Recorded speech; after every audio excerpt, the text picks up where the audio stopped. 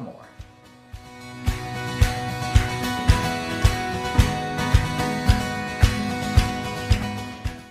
I am Father Colm, originally from Cork, and I'm a member of the amazing, fantastic Augustinians. For fun, meet my friends, it's big.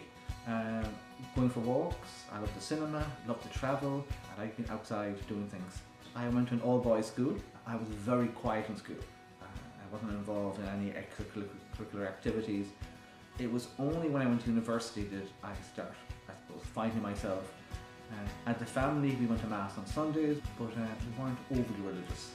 From the age of 18, thereabouts, I always felt called to religious life, but I always wanted to be a religious, not as opposed to a regular diocesan priest. I went to university and had a great time at university, and I worked for a year or two, and the idea was still there, and I thought I would take what I felt was the easy option. So I joined the local diocese, but really didn't want to be a secular diocesan priest. So I sent off 4 emails to 4 groups that I was vaguely interested in. The Augustinians were one of the groups that responded. And as I was speaking to the vocation director at the time, it was as if every question in my head was being answered yes, yes. Our charism is community, which means we live in community, we pray in community, we work in community. As Augustine says himself, one in heart, one in mind. So that really, really appealed to me. It's not something we keep for ourselves. We try and foster this among the people who live, who work with us, who we minister to. We can fit the needs of the church wherever those needs are. We are involved in schools, we're involved in the hospital, we're involved in kind of outreach to those who are most marginalised, to make them have a sense that everyone has a place, everyone's loved, everyone's wanted, everyone's created by God. And it's small things like we built a new garden, and again it's all disability accessible. The groups who got involved in the garden were those who be on the margins, like those involved in addiction, with special needs, road traffic, suicide awareness. So it's enabling people in that small way to feel that they're part of the wider community, that they can come to our church.